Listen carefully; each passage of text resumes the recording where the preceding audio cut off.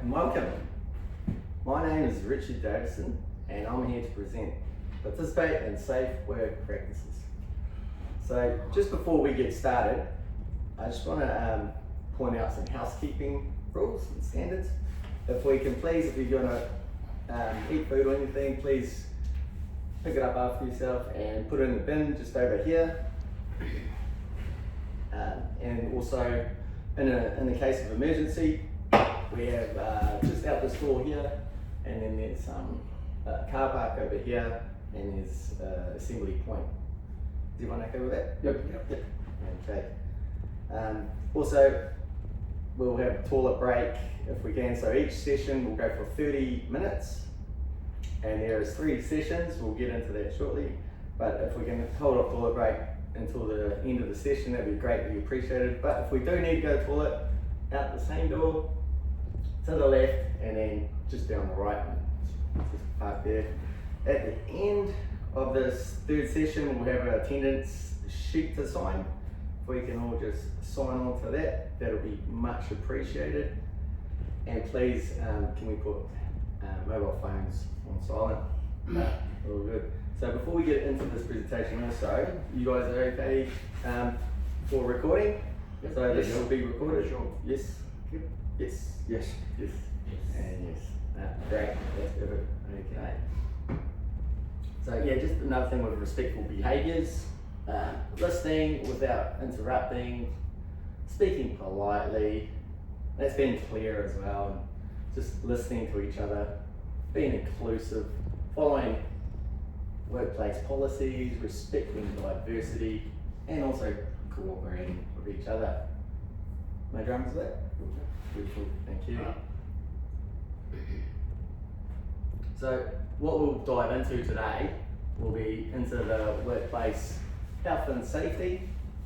We'll also have identify and report hazards and risks.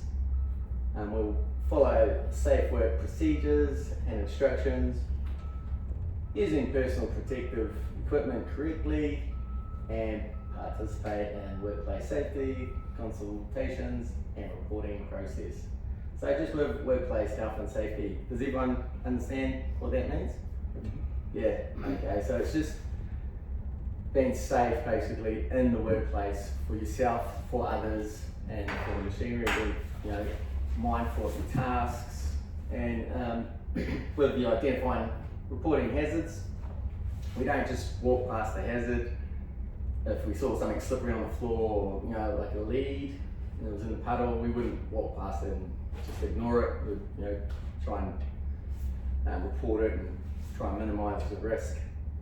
Okay, so following safe work procedures and instructions, that's what's been given to you by your supervisors, and your work to follow procedures and basically step-by-step instructions on how to do your job. And again, this is what we'll get right into.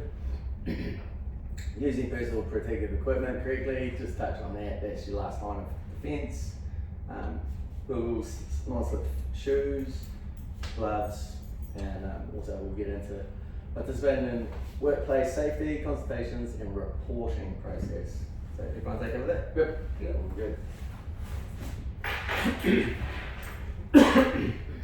So before I get into this session, I want to introduce myself and get us just sort of talking a little bit. And it's a little game. So it's called 2 Truths and a Lie. So what we'll do, and I'll start as well by the way, but we're going to share 3 statements about yourself. 2 of them are true, and 1 of them is false. As a group, we'll have to guess the lie. So if you guys happy for me to start first? I'll try for it, mate. Okay, so 3 statements. I've been around the world, and I've been once right around the world and to the 7 seas. So each sea I've been to, it was a personal thing I tried to get to, and I managed to finish that off last year, I think it was. Yeah, it took me about 5 years to do it. It was just sort of sporadic, but I managed to get all over, and it was great, absolutely awesome. The second one, I'm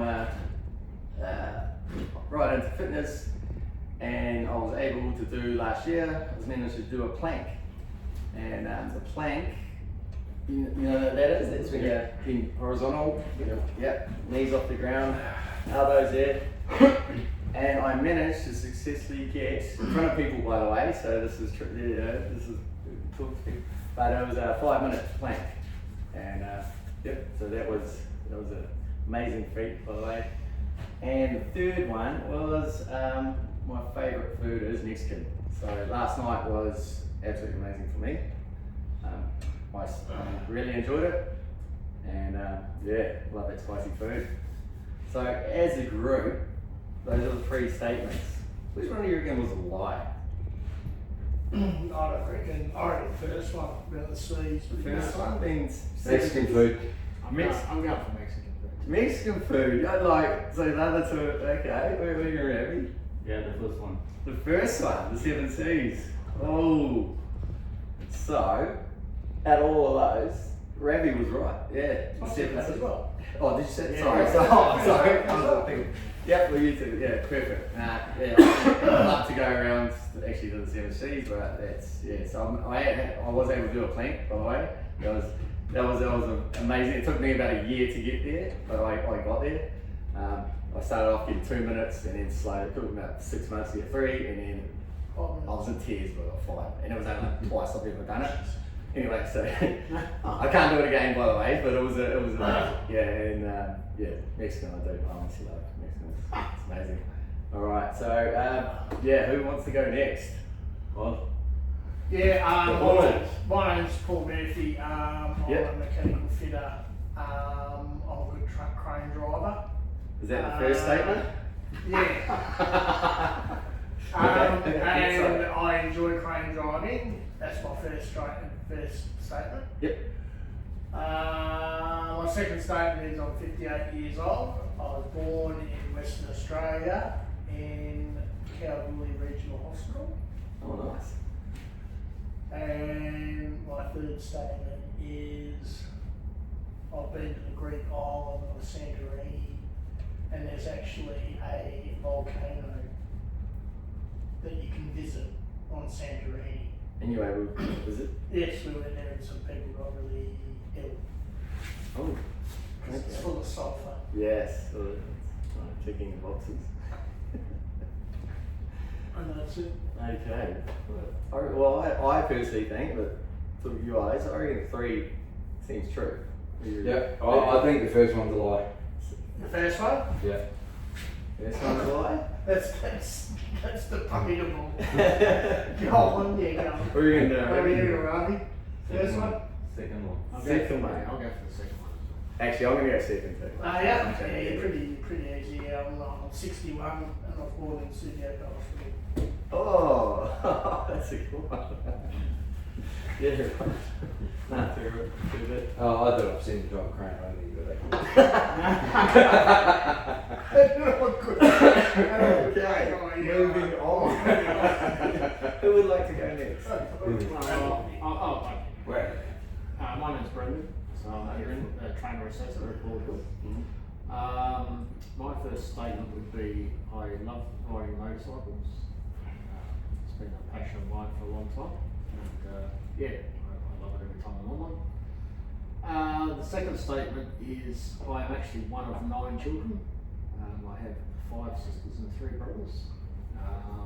Yeah, so big family environment, so love my family.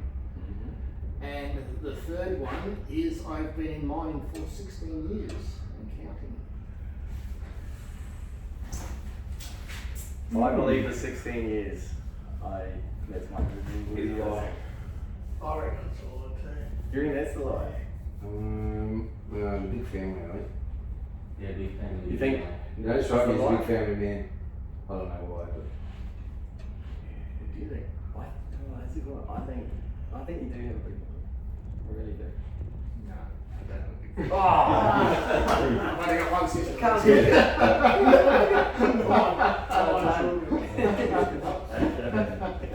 Right, I'll go next. Yep. I'm Steve, I'm the ESO on site. emergency services officer, for those that don't know what that means. Okay, so first statement for me is I have driven around Barbagallo Raceway with Peter Brock. So obviously I love my motorsport. The second statement, I'm a dutiful husband with 3 lovely children, 17, 15 and 13. So 2 girls and a boy, the boy's the eldest one. And the third statement is I've been to all Southeast Asian countries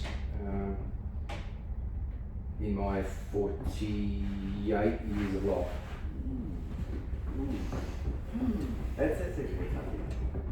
What do you guys say? I'm gonna say, I think you don't have 3 kids, I think you have less. Okay. Very, very. Second one. Second set. Yeah, so the same one as this, about kids, yeah. I reckon 2 one. Yeah, I read it too. Yeah, I'm not a very good father, so it is, I only have 2 kids. I can't even do it, I guess. To be Yeah. honest with you, I just. Yeah. No, my uncle used to race street cars Yeah. at Barbagallo, so That would have been good. Peter Brock was there obviously before the V8 supercars. Yep. When he used to run Team Brock, Yeah. and yeah, kind of bob up. It's quite a tiny little racetrack. It is, I've yes. done a lap on that and it's tiny. Okay. Moving on. Yeah, my name is Ravi. I'm a mechanical fitter. That's my first statement. I love my work. Yep. Second one is I born in Sri Lanka. I'm 58 years old. And the third one is I've been in Australia for 12 years now. I love Excuse me. 12 years. Yeah. I reckon it's the one in Sri Lanka. I reckon you're born in Sri Lanka. I reckon number You're born 3. in India. Number 3. I'm going for 3 as well. I'll go for number 2. Number 2 is Oh, yeah. I don't think I got any right. Is that the one in Sri Lanka one? Yeah. Yeah, that's my love of India. Oh, okay. Well done. No, that was good. That was good. Right, you can see that too, by the way. Yeah. Okay, so yeah, well, moving on. It was interesting. We'll just get a little overview of sessions. So the key principles to promote a safer, more efficient workplace. So session 1, we'll go for 30 minutes, by the way. This is the one we're doing now. This is called Safe Work Practices. Session 2 will be on manual handling. And we'll have a 5-minute break between these sessions, by the way. And session 3 is on safe instructions. So we'll dive into each 3. But first we'll crack into safe work practices. Can anyone tell me what a hazard is? Something that'll hurt you. To hurt you? Yeah. Yeah. Yeah, anything that has potential to cause harm to people, property, environment, equipment. Oh, that's pretty close. Yeah, that's spot on actually. Yes. So it is the anything that has the potential to cause harm to yourself, to others, to the equipment. It's basically anything that in the workplace that can cause you harm. It's a big one. No, it's spot on. So safe work practices. Procedures and behaviours that help prevent injuries and accidents in the workplace.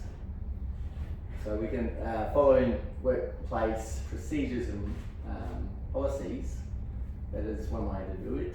Using equipment correctly, that's a really good way.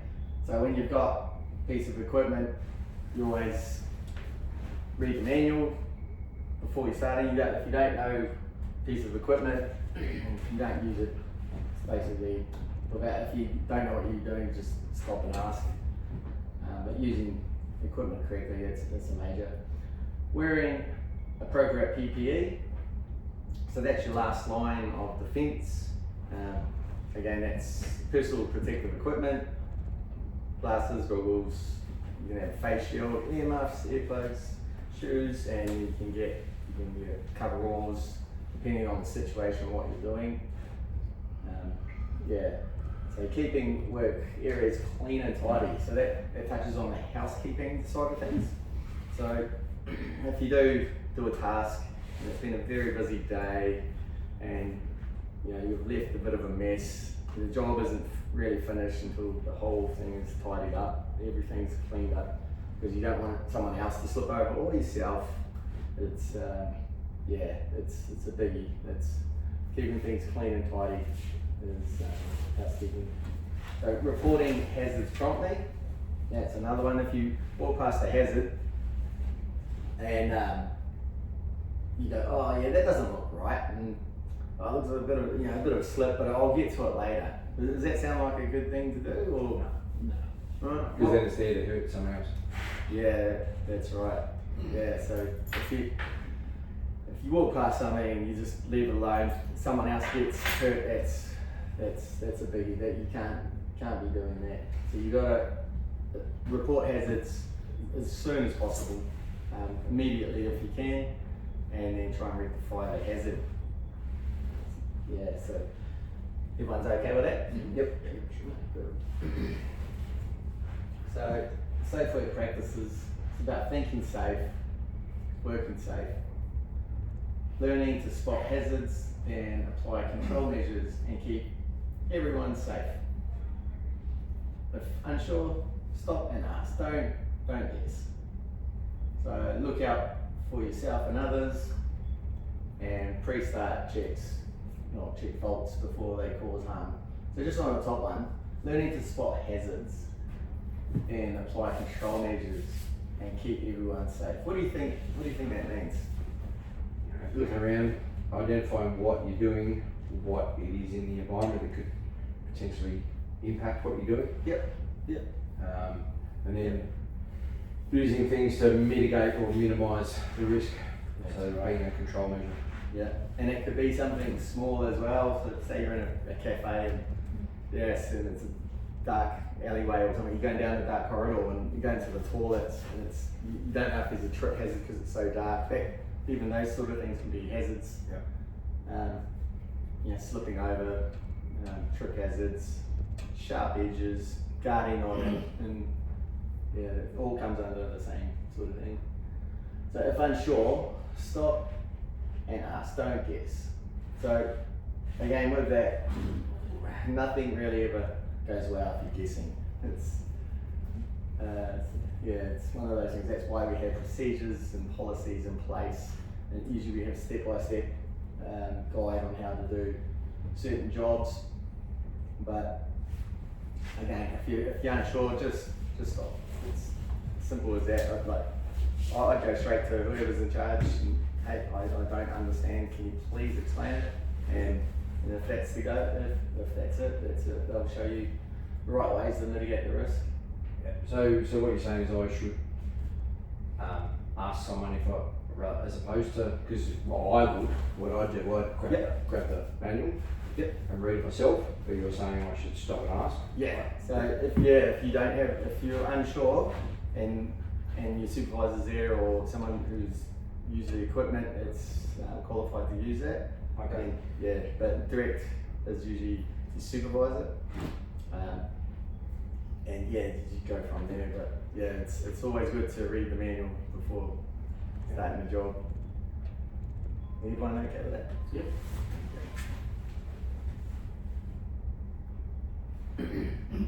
So safe work practices. Safe work instructions provide guidance on completing tasks safely. Workers should read and understand instructions before starting work. Follow procedures step by step. Use equipment as instructed. Ask for assistance if unsure. And follow supervision directions. So with reading and understanding instructions before starting work, that could be, you can have a routine task, but if anything can change in that environment, if you need to, and when you understand the instructions of starting work, it's sort of like a flow-on effect as well. You can just really pick up and work from there. With procedures, step by step. So if you are unsure, we have certain tasks here, and it's always good. I've done a few tasks and sometimes think, oh, okay, just double check. Even though I have done this routine task, oh, that's right, that step goes before this step, and you know, it's just like, oh, okay, and then you can talk to your peers and go, okay, you guys understand, so you understand what the next step is, and once you all understand what the next step is, you're all able to keep mitigate the risk by all understanding what the next step is, so you know what's going to happen next. And again, use the equipment as instructed, and again, if you don't know, just ask. So how would we decide what's the best piece of equipment? Okay, so depending on the equipment you're using and what you're using that for. So if you're using, we could say a dozer, and then you're using that and you're instructed to use it right by the water, or you know, and you're thinking, hey, this doesn't feel safe. If you're using it as instructed, hey, keep away from the water line, you come across and that's how you'd sort of, you'd move it so it's as you're instructed to do. So you wouldn't just go past your boundary lines, you'd go, okay, I'm instructed to use the dozer on this side, not on this side, and you follow the instructions as provided. You okay with that? Yeah, that's perfect. So basically what you're saying is don't take your people's word for gospel. That's if, right. If it feels unsafe, seek assistance. Yep. Cool. Yep. Nah, very good. Yeah, and that the last one, following supervisor directions. That's a biggie as well. That's you just are there to supply safe work practices for you. If you need any questions, that's the person I would go talking to, and your direct supervisor. Again, you talk about in the group. You go, okay, we have an issue. Let's talk to the supervisor. Let's see how we're going. All right, next step. What do you think's best, and what's the safest way? You okay with that? Good.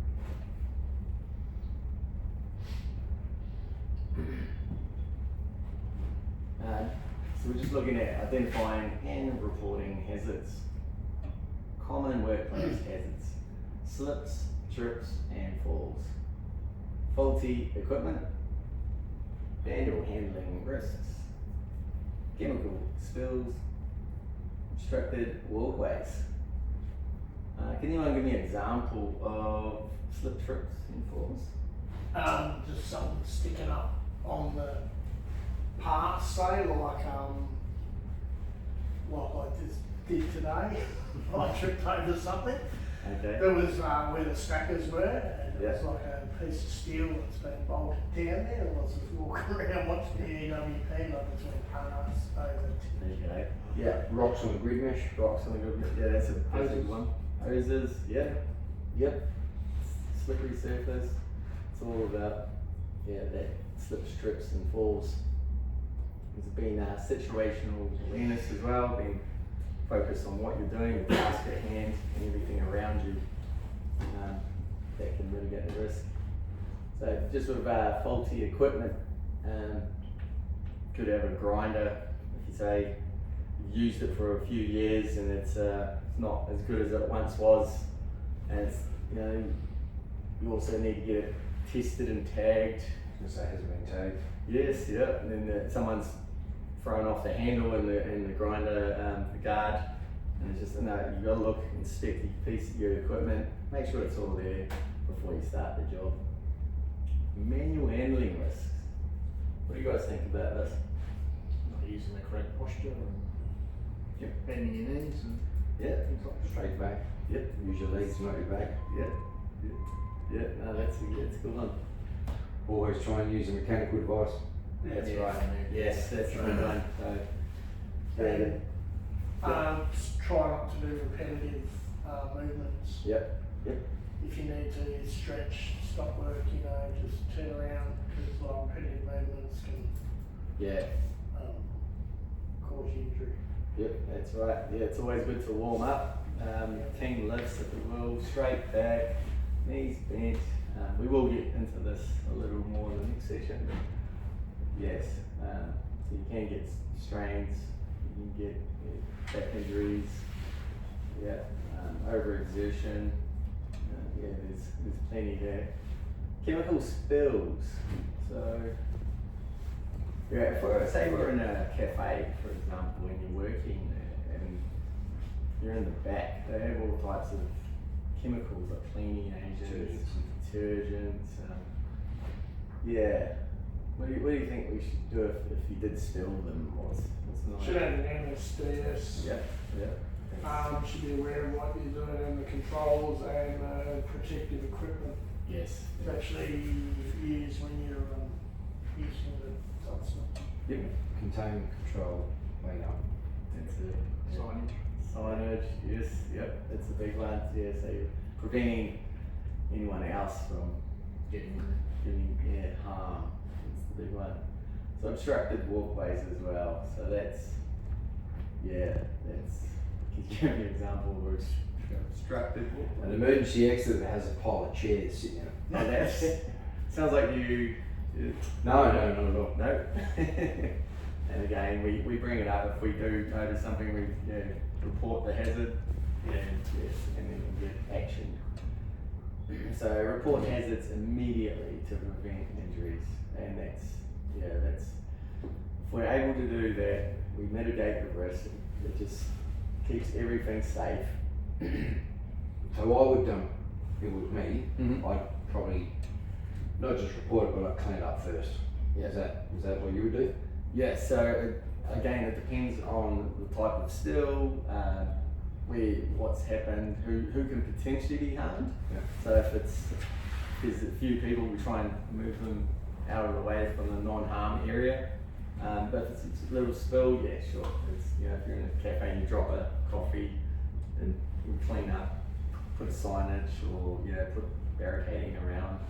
It's all there. It's just again to prevent injuries. You good at that? Yeah, good work.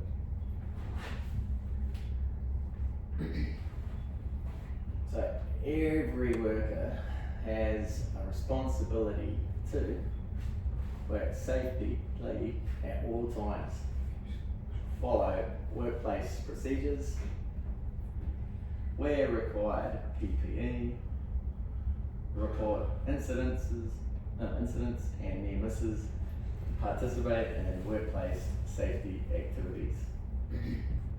So when we're saying working safely at all times, does that mean you're on your break and you can, just I don't need to, like, I see the hazard, but I'll report. Is that okay? No. So even if you're on your break, it's at all times. So You see it, you own it. Yep, that's right. Another thing I heard is the standard you walk past is the standard you yes, that's it. Following workplace procedures. So what do you reckon we have procedures?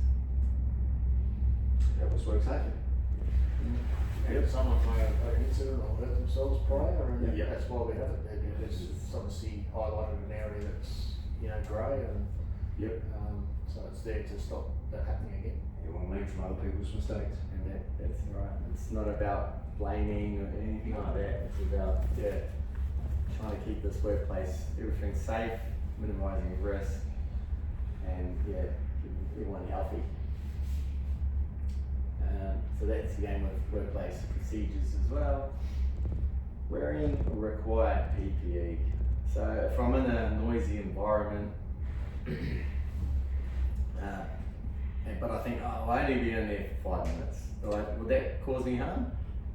It depends what sort of noise we're talking about, but yeah, potentially. it does. Yeah, for sure. 5 minutes every now and then, I thought. Yeah, that's right. So if we have the PPE there, which we always will, it's best to wear it even if it's a short term sort of thing. If we're going somewhere loud, it's best to just for your own sake. It's our last line of defence. There's a protective equipment. So same with gloves, sharp edges. You know, unfortunately, like it's when one time you wouldn't wear it is the time you have the incident. We just want to stop that and have it all the time. So reporting incidences and near misses. That helps us create workplace procedures. That's Because right. if we can learn from what's happened in the past, we can Yes. put things in place to stop them from happening again. Absolutely. So they all stem, they all join together to help create a safe work environment, a safe work practice. That is absolutely spot on. So participating in workplace safety activities. What do we think we should be doing? Because it creates repetitive learning. So if you do something often enough, it's just going to come second nature. Yep. Yep. Sets That's a right. standard as well. It is.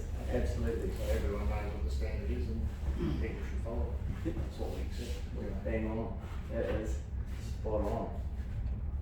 Alright, so just to recap, benefits of safe work practices: reduces workplace injuries and incidents, improves safety awareness, ensure tasks are completed consistently, protect people, equipment and the environment, and it helps meet workplace and legal requirements. Effective safe work practices are developed through hazard identification, risk assessment and consultation. We're all good with that? All Is good? there gonna be an exam on this? So we will have an exam at the end, but we'll have a practical and we'll have a discussion on what we need to do. But that's okay. Thanks. Cheers. All good.